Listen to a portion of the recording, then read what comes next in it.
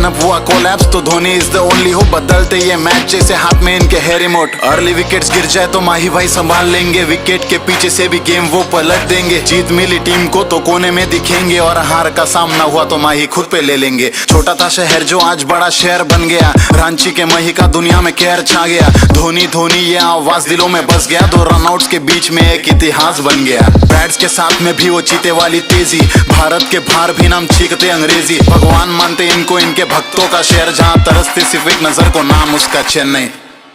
Out of syllabus वाली keeping, दो changes in fielding, umpires under pressure, is Mahi is appealing. वो death overs में batting, bowlers पे pressure वाली feeling. I feel short of words the moment I describe him. ना पल दो पल के शायर हो ना दो पल की कहानी है, जब तक क्रिकेट जिंदा है सबके दिलों में माही है। इस खेल में बिन बताए तुम अलविदा तो कह गए, ये हंसता हुआ चेहरा लेकर दुनिया को रुला गए। महेंद्र सिंह धोनी, महेंद्र सिंह धोनी, इनके जैसा कोई नहीं, ना होगा कोई और कभी। महेंद्र सिंह धोनी,